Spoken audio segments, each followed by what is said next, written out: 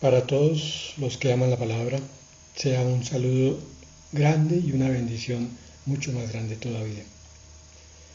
Hay un pasaje muy hermoso y diciente, profundo y de simbolismo importante para nuestro entendimiento de la relación con Dios, que está en el libro de Números, capítulo 9, versículos 15 al 23.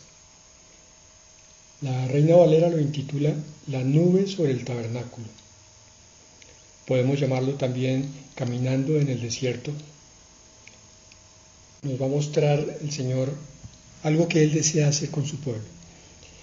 Versículo 15 del capítulo 9 de Números. El día que el tabernáculo fue erigido, la nube cubrió el tabernáculo sobre la tienda del testimonio. Por la tarde había sobre el tabernáculo como una apariencia de fuego hasta la mañana. Así era continuamente. La nube lo cubría de día y de noche la apariencia de fuego. Cuando se alzaba la nube del tabernáculo, los hijos de Israel partían, y en el lugar donde la nube paraba, allí acampaban los hijos de Israel. Al mandato del Señor, los hijos de Israel partían, y al mandato del Señor acampaban. Todos los días que la nube estaba sobre el tabernáculo permanecían acampados. Cuando la nube se detenía sobre el tabernáculo muchos días, entonces los hijos de Israel guardaban la ordenanza del Señor y no partían. Y cuando la nube estaba sobre el tabernáculo pocos días, al mandato del Señor acampaban y al mandato del Señor partían. Cuando la nube se detenía desde la tarde hasta la mañana, y a la mañana la nube se levantaba, ellos partían. O si había estado un día y a la noche la nube se levantaba, entonces partían. Si la nube se detenía sobre el tabernáculo 2 días, un mes o un año, mientras la nube permanecía sobre él, los hijos de Israel seguían acampados y no se movían. Pero cuando ella se alzaba, ellos partían. Al mandato del Señor acampaban y al mandato del Señor partían. Allí guardaban la ordenanza del Señor, como el Señor lo había dicho por medio de Moisés. Padre Santo, tu palabra nos dice que lo que antes fue escrito para nuestro provecho, para nuestra enseñanza, para nuestra instrucción, fue escrito para que aprendamos de lo que tú le mostraste a tu pueblo Israel y para que no caigamos en los errores de ellos. Hoy miramos, Señor, esta palabra y entendemos que tú lo hiciste con el pueblo de Israel y que lo quieres también con el pueblo actual, que es la Iglesia. Señor, permítenos entender la profundidad de tu sentir. Déjanos comprender, pero también ayúdanos a ser obedientes a lo que nos estás enseñando. Padre, en el nombre de Jesús te lo pedimos. Amén. Este pasaje, que está en el primer tercio del libro de Números, parece un poco extraño a los tiempos actuales. Aquí tenemos que el pueblo de Dios de esa época, tengamos eso muy claro, el pueblo de Dios hoy es la Iglesia. Por tanto, podemos sacar una enseñanza de aquí, sin aplicarla en forma religiosa, sino en el espíritu, en testimonio. La enseñanza que el Señor da aquí es que el pueblo de Israel había de entender una instrucción que primero se le había dado a Moisés, como dice al final en el versículo 23, y después el pueblo la había de aplicar. La enseñanza era sencilla. Cuando la nube de día se movía, ellos se movían.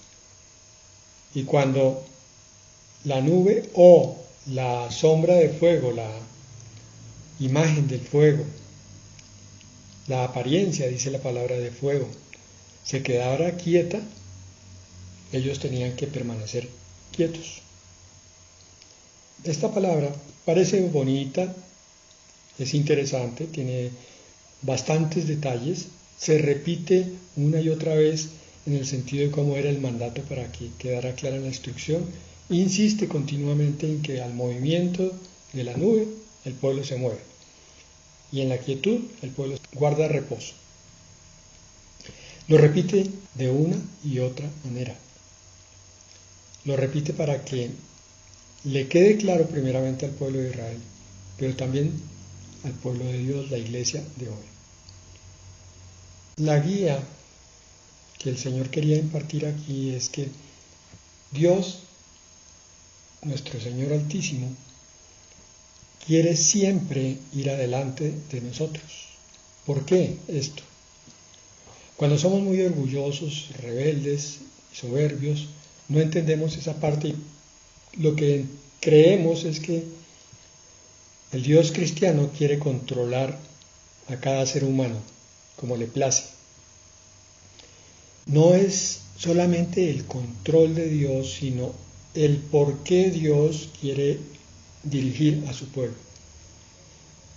El caminar en el desierto es una figura de lo que es la vida actual, difícil, complicada, con problemas. En el desierto hay amenazas, hay fieras, hay ausencia o escasez de agua, hay también ausencia o escasez de refugio, no hay frutos suficientes para calmar el hambre y uno puede caer en trampas con toda facilidad. Eso es aplicable a la vida actual. La vida no es precisamente un lecho de rosas, tiende más bien a parecerse a un desierto, por lo menos en su aspecto exterior. Con esto estoy queriendo aclarar que la vida cristiana puede ser plena y abundante aunque se esté caminando en un desierto. Insisto en que la figura del desierto es externa, no interna. La figura externa es las dificultades que tenemos en la vida y las pruebas y peligros. Por tanto, el Señor, que conoce lo que Él creó, que conoce lo que el diablo pervirtió, que conoce las trampas que Satanás pone para que los cristianos caigan en ellas y abandonen su caminar cristiano, o se sientan agobiados y cansados, sin fuerza, sin ánimo. Como el Señor conoce todos esos aspectos, entonces quiere colocarse en el papel del guía de una expedición peligrosa que puede ser en la selva. El que va adelante conoce bien el camino, sabe orientarse, va con un machete, va abriendo trocha para que los que vienen detrás caminen en una fila india siguiendo las pisadas del que va adelante. El propósito es el mismo. Aquí en el desierto la situación no cambiaba. El Señor quería advertir, mostrar, guiar y cuidar todo el tiempo. Por eso es tan insistente en esta enseñanza. Continuamente la nube cubría al pueblo de día, aparte de guía era protección, y de noche la apariencia de fuego para darles luz. El desierto es muy oscuro, ellos necesitarían algunas cosas para hacer de noche. Entonces la luz de esa nube que se convertía en apariencia de fuego los orientaba, los guiaba, les mostraba.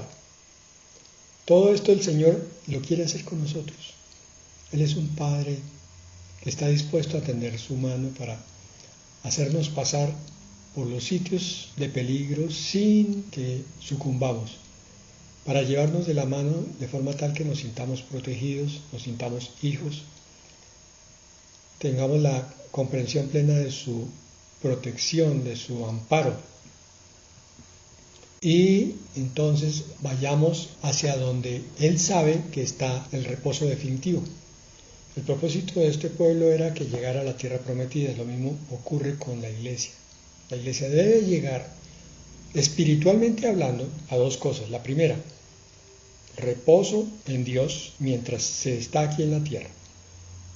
Y el reino de los cielos en pleno cuando se abandona este planeta.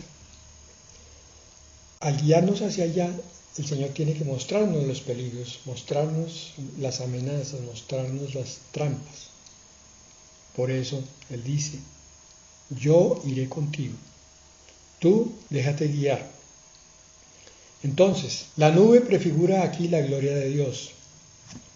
La nube está descrita en varios pasajes del Antiguo Testamento y recordamos ese Segunda de Crónicas 7:14 donde Salomón acaba de inaugurar el templo y la nube vuelve y se aparece aquí, rodea, cubre el templo y entra dentro del templo de tal manera que lo llena todo y los sacerdotes tienen que salir porque no pueden ministrar ante esa presencia tan fuerte de Dios.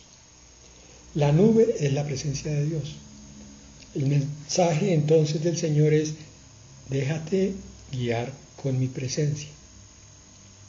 Cuando yo te diga que te muevas, hazlo, pero cuando te diga que te estés quieto, reposa.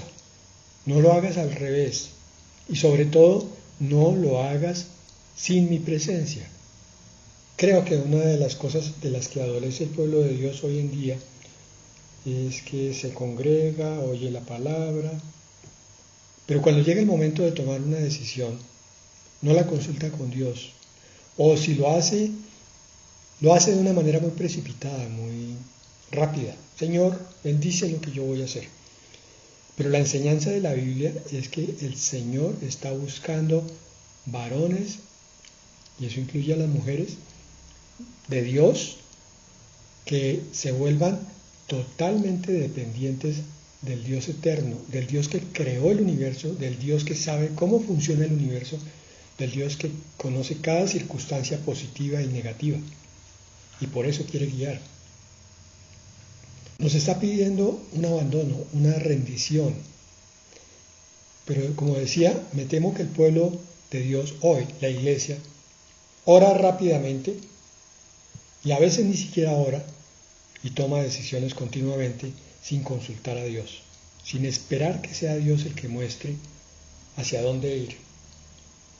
Aquí yo veo dos causas de esto. La primera, es difícil para la mente racional, o sea, para la carne, entender cómo es que Dios nos va a guiar. Sobre eso vamos a mirar una palabra que hay en la Escritura. Pero por otro lado, para la carne también es muy complicado ceder el control de la voluntad a otra persona. Aunque eso se ve, a veces vemos maridos muy impositivos que se sobreponen, se colocan dominantes sobre la esposa. O vemos la situación al revés también, mujeres demasiado dominantes que quieren llevar la batuta en el hogar y terminan haciendo al marido un hombre controlado. Esto no es tan raro. Vemos hijos oprimidos, también vemos padres oprimidos por sus hijos, vemos jefes tiranos. Sin embargo, cuando se trata de Dios, saltamos, ahí sí. No, ¿cómo va a ser que Dios me controle? El propósito del crecimiento cristiano es volverse tan absolutamente dependiente de Dios como lo era el Señor Jesucristo, que Él dice que nada hacía, sino lo que había visto hacer a su Padre Celestial. Todo lo que Él iba a emprender, siendo el Hijo de Dios, lo sometía a oración y a la voluntad de su Padre. Pablo lo demuestra también continuamente en sus epístolas, en el mismo sentido. Y el Evangelio de Juan tiene varios pasajes. El apóstol Juan aprendió a ser dócil a través de lo que consignó y de lo que vivió de su Señor. Juan 10:27 dice, mis ovejas oyen mi voz y yo las conozco y me siguen. Aquí partimos entonces de un asentimiento. El que es oveja del Señor es conocido de Él y sigue a su Señor. Y Juan 18:37, el propio Señor Jesucristo le responde a un impío, a Pilato. Le dijo entonces Pilato, luego, ¿eres tú rey? Respondió Jesús, Tú dices que yo soy rey. Yo para esto he nacido y para esto he venido al mundo, para dar testimonio a la verdad. Todo aquel que es de la verdad, oye mi voz. Aquí hay una enseñanza interesante. Según lo que el Señor Jesucristo enseña aquí en este versículo, cuando alguien es dócil al Señor, cuando alguien quiere vivir en total honestidad y sinceridad, cuando quiere conseguir la verdad para su vida, cuando quiere caminar hacia ella y vivir en ella, entonces va a oír la voz del Señor Jesucristo. Cuando lo colocamos en forma negativa entendemos un poco más. Quiere decir que cuando yo quiero guardar algo de mentira en mi vida, algo escondido, algo negado, algo tapado, entonces no voy a oír la voz de Dios. Y esto entonces nos explica las dificultades para dejarnos guiar del Dios que quiere portarse como la nube con el pueblo de Israel. Por cuanto no estamos completamente sometidos a Él, entonces no lo oímos. Y como no lo oímos, decimos, es muy difícil que yo someta algo de mi vida, este matrimonio, esta relación de amistad o de noviazgo, esta compra de la casa o del carro, este inicio de profesión, el saber si quieres que yo tenga otro hijo o no, todo eso se convierte en una decisión individual y propia sin consultar a Dios, decisión inconsulta, porque en realidad no oímos la voz de Dios y de ahí sale otra conclusión más, no la oímos también porque no conocemos bien la palabra de Dios. Se nos olvida estos versículos que nos dicen que el Señor habla. ¿Cómo habla Él?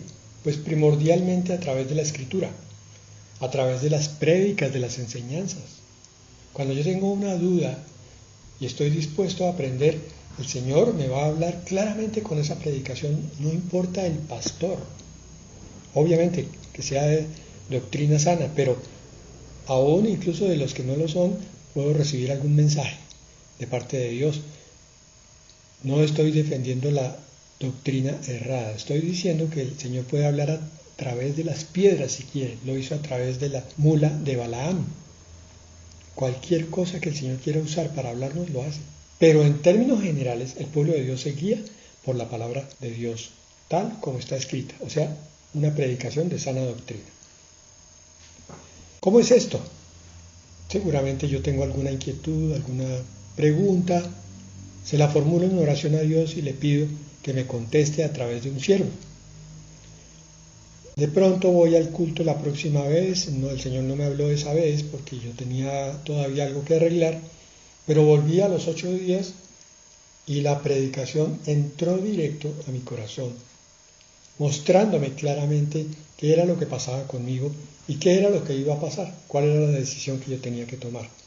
Si yo estuve atento a la predicación, no como un sermón más, no como una exposición de un hombre, sino como la voz de Dios, entonces el Señor me va a hablar. Es que son muchas las cosas espirituales que tenemos que cambiar para aprender a dejarnos guiar de Dios. Eso que no estoy hablando de que es necesario creer que Dios va a guiarnos.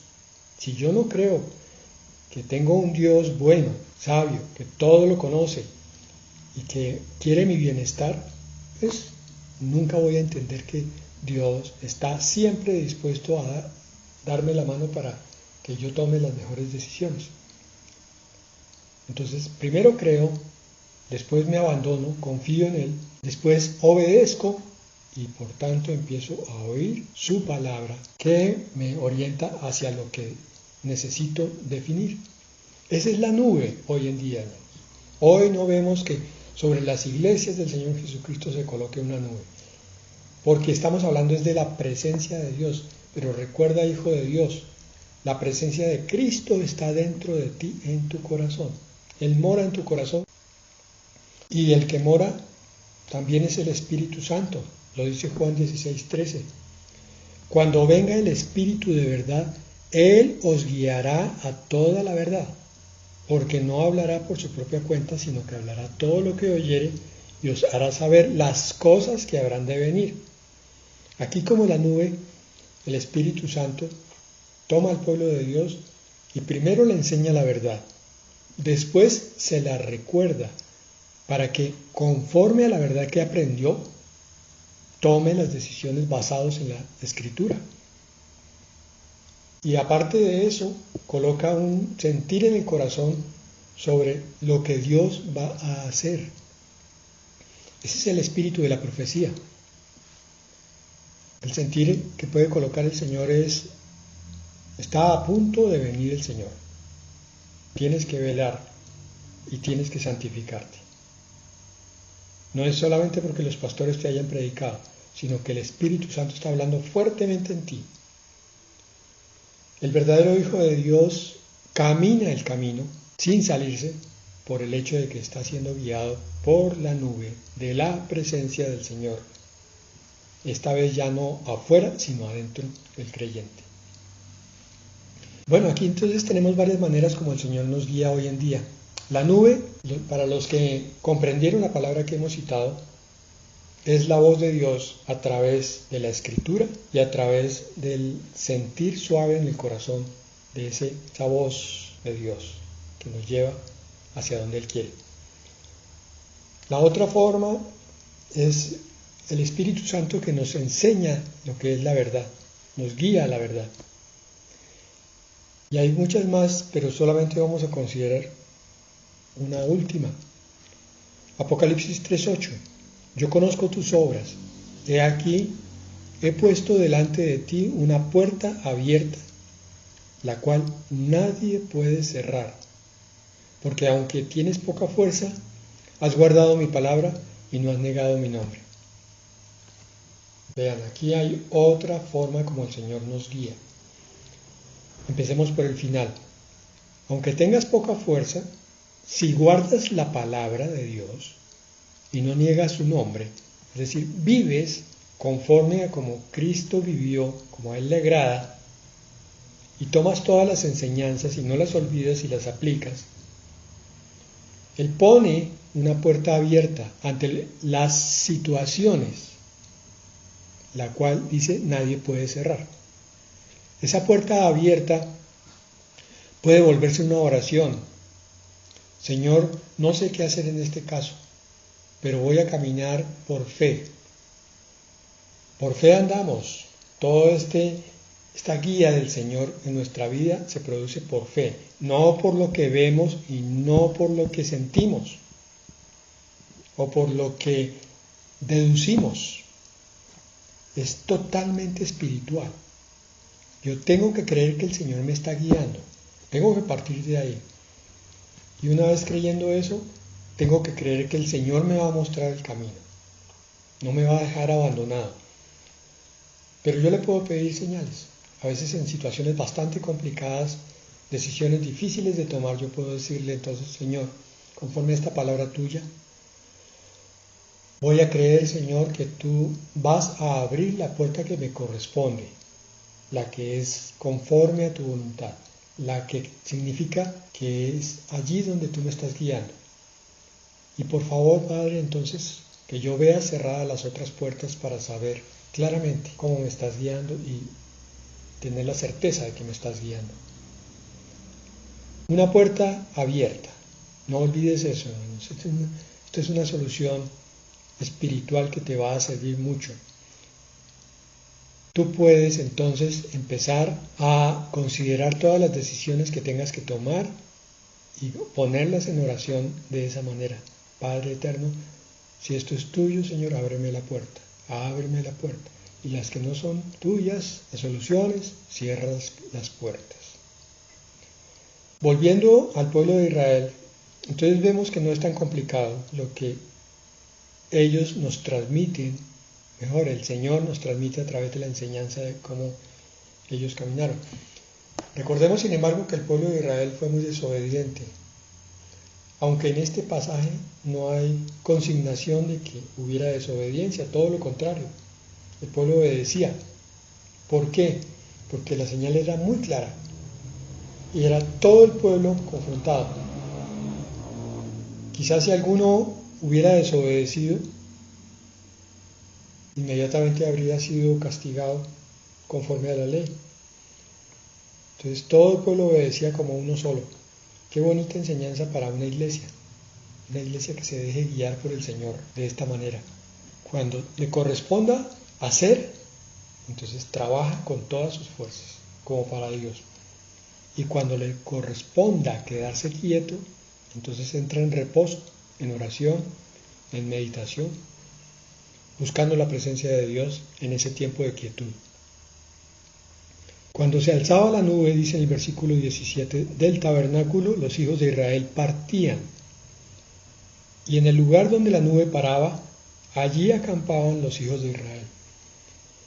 Hermanos, esta enseñanza sigue siendo vital para el pueblo de la iglesia.